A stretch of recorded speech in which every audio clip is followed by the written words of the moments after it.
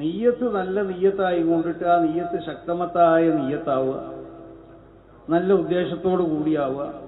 എന്നാൽ ആ നിയ്യത്ത് പ്രകാരം നമ്മൾ ചെയ്യുന്ന പ്രവർത്തനങ്ങൾ, ആ പ്രവർത്തനങ്ങൾ ഏതായാലും അതിന് വേണ്ടതായ ഗുണം അതിന് കാണുന്നു. മുസ്ലിം ലീഗൊക്കെ കെട്ടിപ്പടുക്കുമ്പോൾ ബഹുമാനപ്പെട്ട ഖായിദ മില്ലത്ത് മുഹമ്മദ് ഇസ്മായിൽ സാഹിബിനെ സംബന്ധിച്ചും ഖായിദുൽ ഖൗം സയ്യിദ് അബ്ദുറഹ്മാൻ ബാഫഖി തങ്ങൾ, ബഹുമാനപ്പെട്ട പാണക്കാട് PMSA പൂക്കോയ തങ്ങൾ പോലത്തെ ആ നേതാക്കന്മാരെ സംബന്ധിച്ച് നമുക്കറിയാം. ഖായിദ മില്ലത്ത് മുഹമ്മദ് ഇസ്മായിൽ സാഹിബൊക്കെ യഥാർത്ഥത്തിൽ അള്ളാഹുവിൻ്റെ ഔലിയാക്കന്മാരിൽപ്പെട്ട വലിയ മഹാനായിരുന്നു. അവരൊക്കെ തഹജ്ജുദ് നിസ്കരിക്കുന്ന ആളായിരുന്നു. നമുക്കറിയാം, കസാല ഉണ്ടായപ്പോൾ മൂപ്പര് മടക്കിയെന്നാണ് പറയുന്നത്.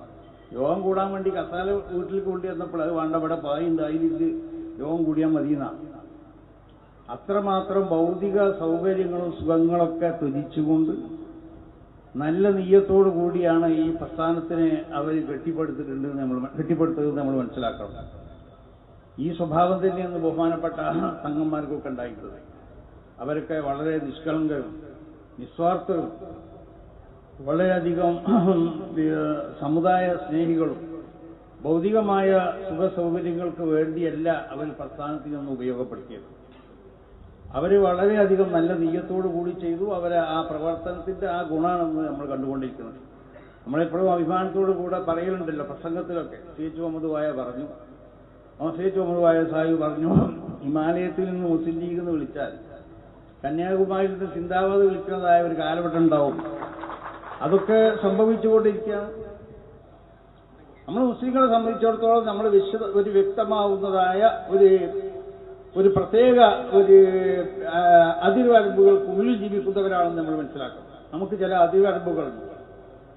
ആ അതിർവരമ്പുകൾക്ക് അപ്പുറത്ത് നമ്മൾ കടന്നു കഴിഞ്ഞാൽ അത് ചിലപ്പോൾ അത് ഹറാമോ. അപ്പൊ ഈ അവസരത്തിൽ നമ്മൾ ചെയ്യേണ്ടത് എന്താണെന്ന് ചോദിച്ചാൽ നമ്മൾ അള്ളാഹുവിലേക്ക് അടുക്കാൻ വേണ്ടി ശ്രമിക്കാം. അപ്പൊ ഈ സമരങ്ങളൊക്കെ തന്നെ ഇത് നമ്മൾ എന്തെങ്കിലും ഒരു കൂത്താട്ടായി കൊണ്ട് മാറ്റാൻ പാടില്ല.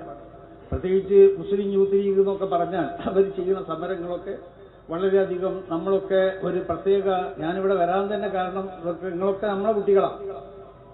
അപ്പോൾ നിങ്ങൾക്ക് എന്തുണ്ടാവാൻ പാടില്ല എന്നറിയോ, നിങ്ങളെ പ്രവർത്തനങ്ങൾക്ക് അത് നിയന്ത്രണം, അതിന് വേണ്ടതായ അതിൻ്റെ മാർഗനിർദ്ദേശമൊക്കെ ചെയ്യേണ്ടത് നമ്മളൊക്കെ തന്നെ. അങ്ങനെ നിങ്ങളെ എങ്ങനെയെങ്കിലും നിലയ്ക്ക് വിടാൻ പറ്റില്ലല്ലോ. നമുക്ക് ആവശ്യമുള്ള കുട്ടികളാണ്. നിങ്ങളിവിടെ ഈ സമുദായത്തിന് നേതൃത്വം നൽകേണ്ടവരാണ്. നിങ്ങളൊക്കെ പിന്നീട് വരുന്ന ഈ പ്രസ്ഥാനത്തിന് നേതൃത്വം നൽകേണ്ടവരാണ്. അപ്പൊ നിങ്ങളെ മുൻഗാമികളാവുന്ന ആ മഹാന്മാരുടെ അവരുടെ ജീവിത ചരിത്രങ്ങൾ ശരിക്ക് നോക്കി മനസ്സിലാക്കി അതിൽ നിന്ന് പാഠം ഉൾക്കൊണ്ടുകൊണ്ടിട്ട് അവരുടെ ആ തിയറിയിൽ കൂടി മാത്രമേ നമ്മൾ സഞ്ചരിക്കാൻ പാടുള്ളൂ. അതാണ് നമ്മളെ വിജയത്തിന്റെ വികാരം.